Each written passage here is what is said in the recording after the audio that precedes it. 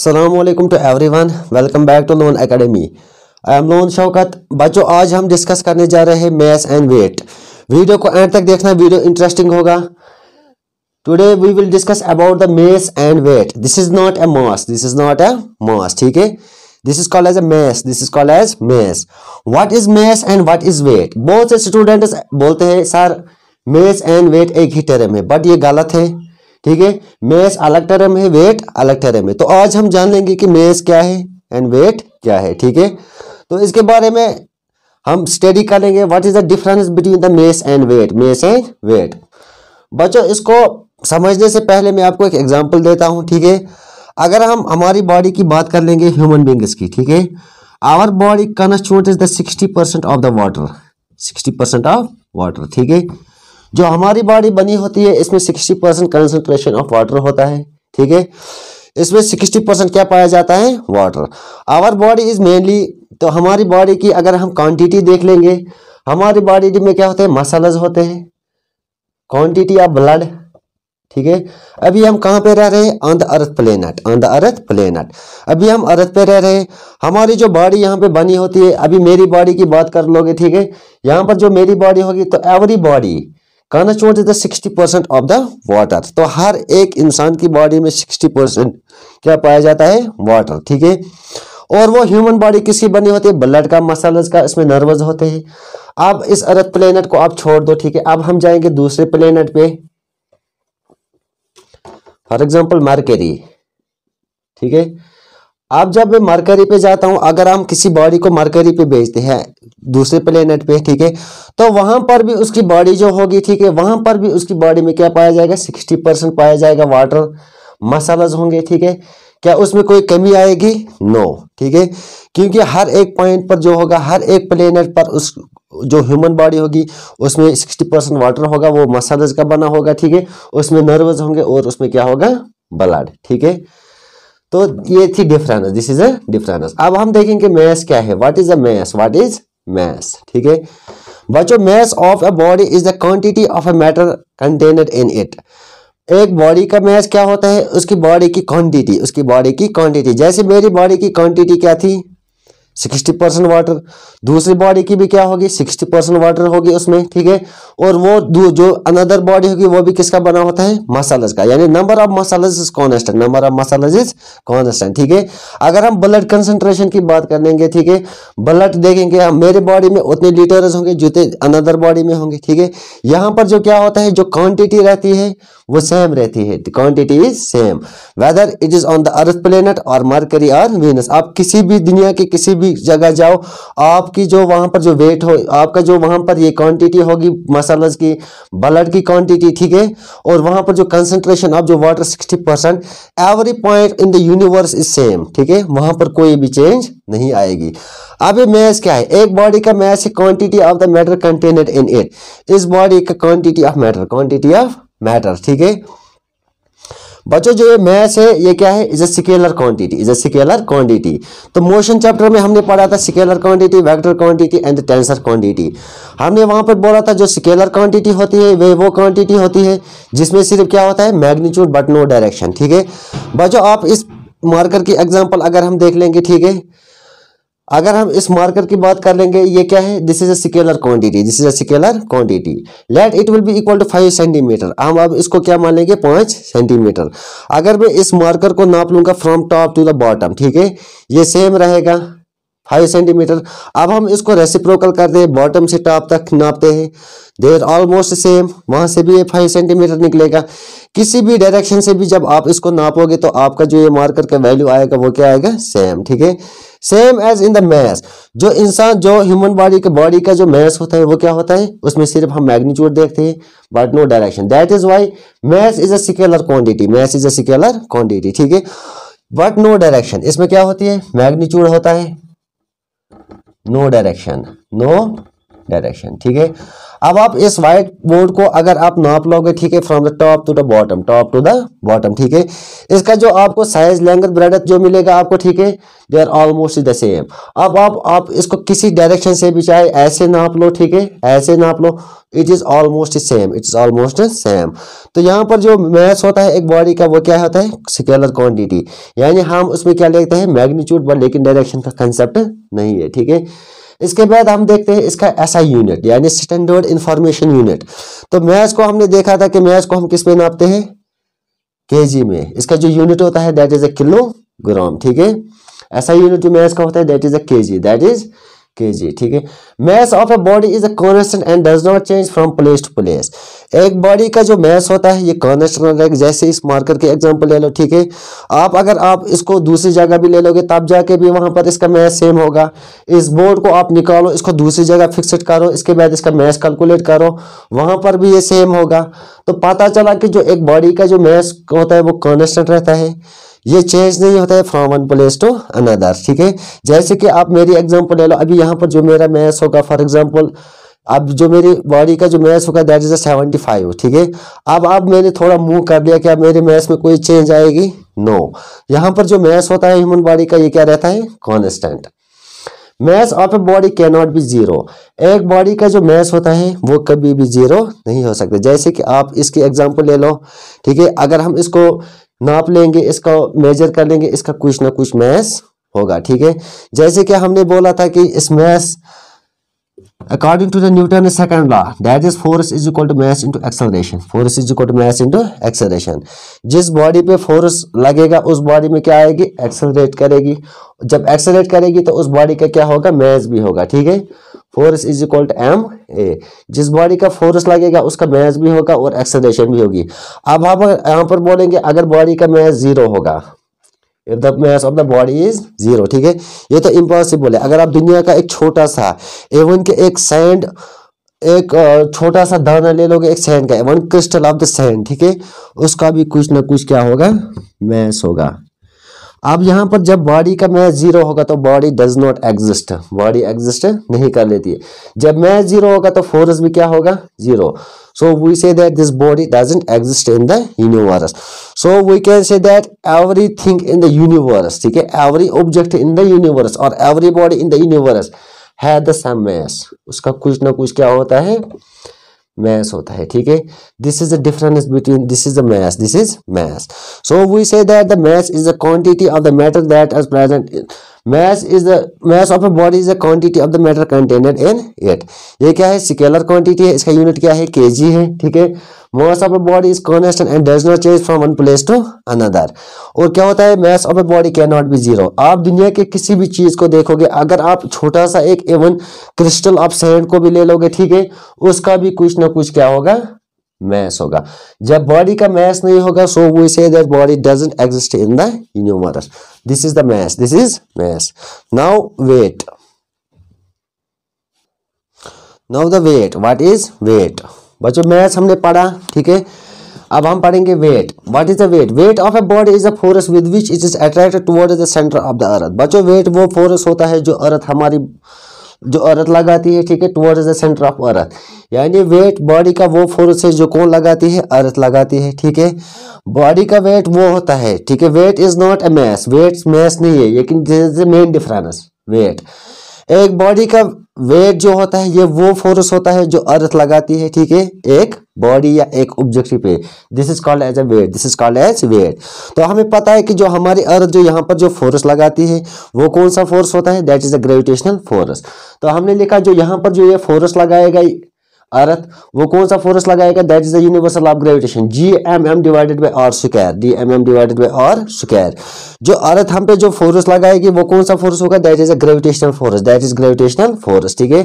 What is the capital G, that is the gravitational constant. What is the M, that is mass of body first, mass of body second. यानी mass of earth and the mass of human body divided by r square, the radius between the two objects or radius between the two bodies, ठीक है। According to the Newton second law. बच्चों Newton second law के मुताबिक क्या था, Newton ने कहा था जो फोर्स होता है ये किसके बराबर होता है, मास इनटू एक्सेलरेशन, मास इनटू एक्सेलरेशन। लेकिन यहाँ पर जो एक्सेलरेशन जो होती है, ठीक है, मास इनटू एक्सेलरेशन, जो यहाँ पर एक्सेलरेशन होती है वो क्या होती है, acceleration due to gravity, acceleration due to gravity. ठीक है, तो हम यहाँ पे लिख सकते हैं कि F is equal to M into G, F is equal to M into G. Where what is the small G, that is acceleration due to gravity. तो यहाँ पर क्या है, weight of a body is a force. अब यहाँ पर force के बदले में लिख सकता हूँ W, what is W, that is weight. क्यों, जो बॉडी का वेट होता है वो फोर्स ही होता है। तो यहाँ पर हम लिख सकते हैं weight is equal to M into G, M into G. जो वेट होता है बॉडी का वो क्या होता है, mass into acceleration due to gravity. ये बन गई वेट की फार्मूला। ठीक है, फार्मूला ऑफ वेट।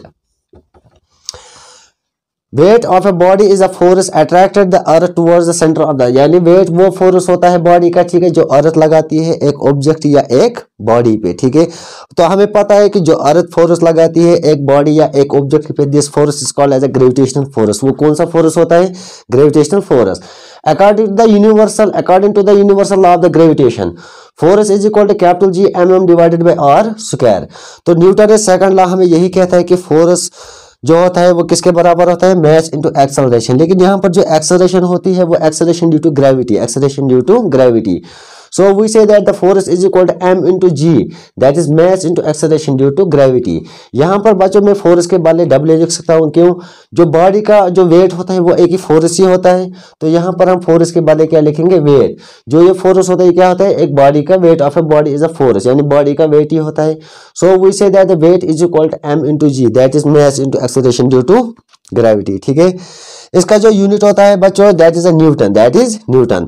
अब आप बोलोगे सर यहाँ पर न्यूटन क्यों आया, न्यूटन तो फोर्स का यूनिट है। ठीक है, फोर्स का यूनिट है न्यूटन, लेकिन यहाँ पर वेट का न्यूटन क्यों, क्योंकि बच्चों हमने बोला था कि wait of a body is a force, यानी एक बॉडी का जो वेट होता है वो फोर्स ही होता है। तो यहाँ पर हम कैलकुलेट करेंगे, फोर्स का यूनिट देख लेते हैं वो क्या है, न्यूटन। तो इसीलिए जो यूनिट आएगा वेट का that is a Newton, that is Newton. और ये क्या है, it is a vector quantity, is a vector quantity. Vector quantity का मतलब क्या है, इस वेट में डायरेक्शन भी आपको मिलेगा, particular direction, as well as a magnitude, as well as a magnitude. यहाँ पर जो फोर्स लगता है बच्चों वो अर्थ लगाती है टुवर्ड्स इटसेल्फ, यानी अर्थ हमें अपने आप खींचती है। ठीक है, due to the gravitational force. ठीक है, यहाँ पर बच्चों अगर यहाँ हमारी जमीन है, ठीक है, यहाँ पर अगर कोई ऑब्जेक्ट इस ऑब्जेक्ट को कहाँ लेती है, नीचे। ठीक है, यानी वर्टिकली डाउनवर्ड डायरेक्शन जो होती है इसकी, ये एग्जाम में ये क्वेश्चन पूछते हैं। ठीक है, जो यहाँ पर जो बॉडी का जो वेट होता है, बहुत से स्टूडेंट्स बोलते हैं सर ये डाउनवर्ड डायरेक्शन है। ठीक है, लेकिन डाउनवर्ड डायरेक्शन बच्चों यहाँ पर ये गलत है। वर्टिकली डाउनवर्ड डायरेक्शन जो अर्थ खींचती है, ठीक है, वेट ऑफ ए बॉडी, एक बॉडी का जो वेट होता है वो एक्ट कर लेता है in the vertically downward direction, not in the downward direction but vertically downward direction. यानी अर्थ हमें अपने आप कहाँ खींचती है, नीचे। ठीक है, अर्थ हर एक चीज को अट्रैक्ट कहाँ कर लेती है, नीचे, यानी वर्टिकली डाउनवर्ड डायरेक्शन। इसीलिए यहाँ पर जो यहाँ पर हम इसकी डायरेक्शन देखते हैं, तो जब हम डायरेक्शन देखते हैं अर्थ की, ठीक है, वो कहाँ आती है, वर्टिकली डाउनवर्ड डायरेक्शन, नीचे। तो पता चला कि जो यहाँ पर वेट होता है इसका एक पर्टिकुलर डायरेक्शन भी होता है। ठीक है, और इसका क्या होता है, मैग्नीट्यूड। तो मैग्नीट्यूड हमें पता है कि जब हमें कैलकुलेट करना होगा ग्रेविटी कितना खींचा है इसने, ठीक है, तो हम वहां पर वैल्यू पुट करेंगे तो हमें वहां पर इसका मैग्नीट्यूड भी निकलेगा। That is why the weight जो होता है ये क्या है, वेक्टर क्वांटिटी। इसमें मैग्नीट्यूड भी मिलेगा और डायरेक्शन। तो डायरेक्शन कैसे मिलेगी, जब हमें पता है कि अर्थ कहाँ खींचती है चीजें को, नीचे। ठीक है, तो यहाँ पर जो ये डायरेक्शन आपको नीचे की तरफ जो मिल रही है, it shows the direction, particular direction. तो इसीलिए जो वेट होता है क्या है, वेक्टर क्वांटिटी। एक बॉडी का जो वेट होता है ये किस पे डिपेंड कर लेता है, वेट अब ये एक्ट कर लेता है in the vertically downward direction, vertically downward direction. Weight depends on the G, weight depends upon G. बच्चों एक बॉडी का जो वेट होता है ये किस पे डिपेंड करेगा, जी पे। ठीक है, weight of a body depends upon G, यानी एक बॉडी का जो वेट होता है वो डिपेंड कर लेता है एक्सेलरेशन ड्यू टू ग्रेविटी। क्यों, हमने बोला था कि वेट क्या होता है, एक फोर्स होता है। ठीक है, तो इसीलिए जो वेट एक ह्यूमन बॉडी का जो होता है ये किस पर डिपेंड कर लेता है, जी पे, यानी acceleration due to gravity. Weight of a body is not a constant, एक बॉडी का जो वेट होता है वो कांस्टेंट नहीं रहता है। फॉर एग्जांपल अगर अभी मैं 65 kg हूँ, ठीक है, अगर मैं दूसरे प्लेनेट पे जाऊँ लेकिन वहाँ पे जो मास होता था, ठीक है, वो सेम रहता था, लेकिन यहाँ पर जो वेट है बॉडी का वो कांस्टेंट नहीं रहता है। फॉर एग्जाम्पल अभी यहाँ पर मैं अगर 65 में हूँ, ठीक है, 65 kg, अगर मैं जाऊं मून पे या अदर प्लेनेट पे, क्या वहां पर भी मेरा ये kg 65 kg, ये वैल्यू सेम रहेगा, ये चेंज आएगा, ठीक है। तो चेंज आएगा, क्या आएगा, चेंज। अब हम उसको चेंज को निकालेंगे, wait of an object on an moon. हम देखेंगे एक ऑब्जेक्ट का वेट क्या होता है, कहाँ पे, मून पे, ठीक है। So this is total about the wait.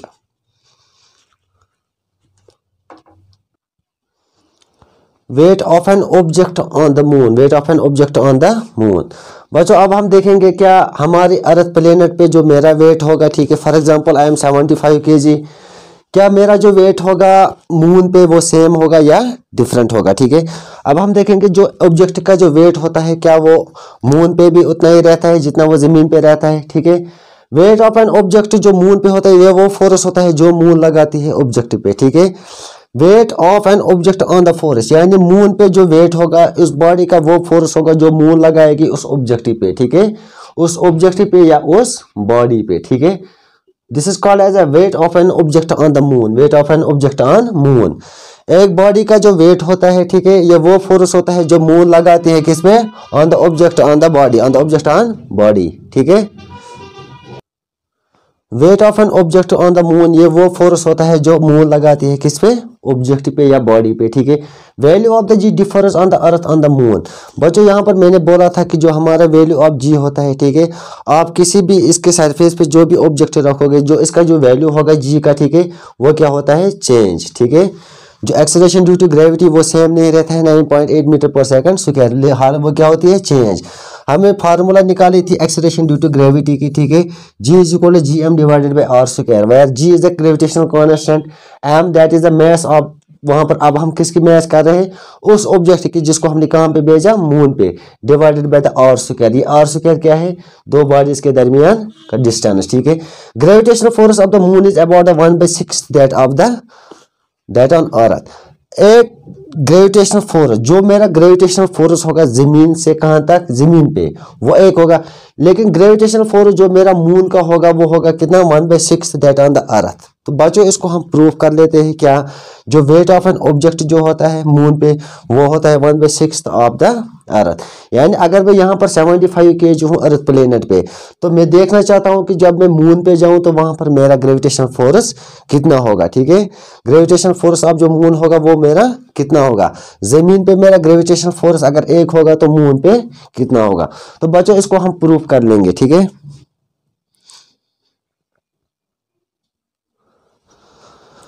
तो बच्चों हमें यहाँ पे प्रूव क्या करना है, weight of an object on the moon will be about 1/6 of the what it is on the अर्थ, ठीक है।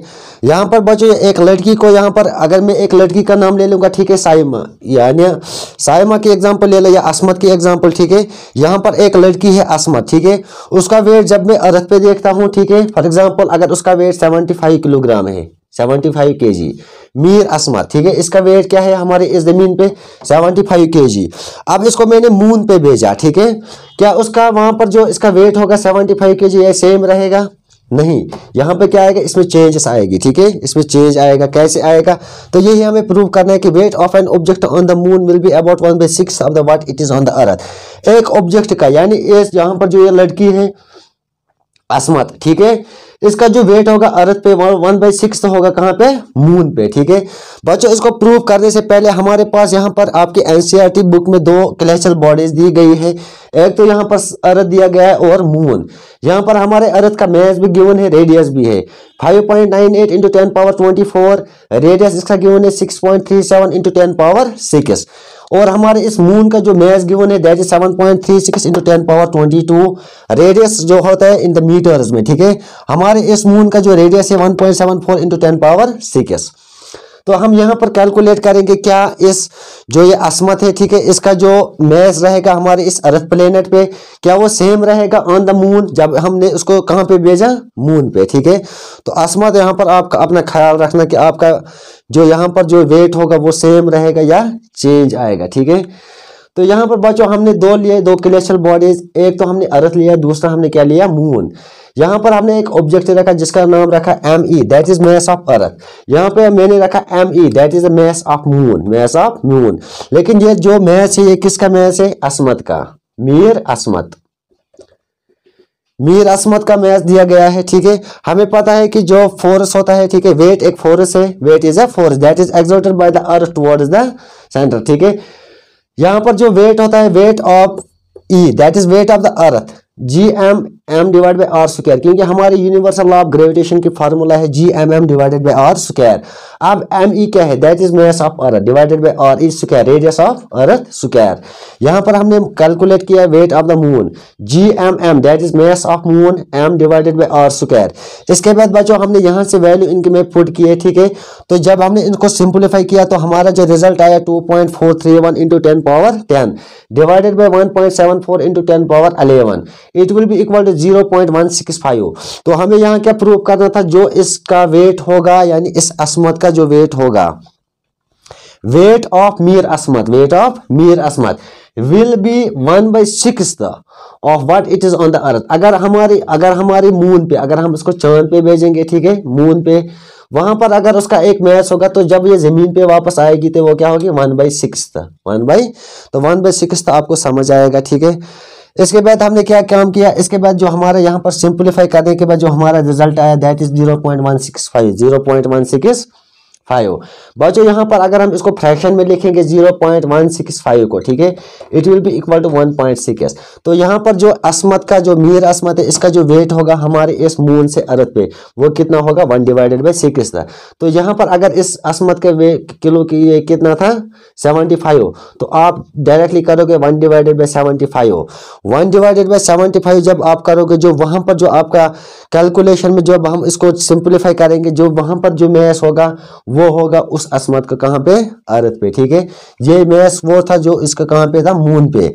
तो therefore wait of an object on the moon divide by weight of an object on the earth is 1/6, ठीक है बच्चों। इसकी derivation आती है, this is the most important point, derivation, ठीक है।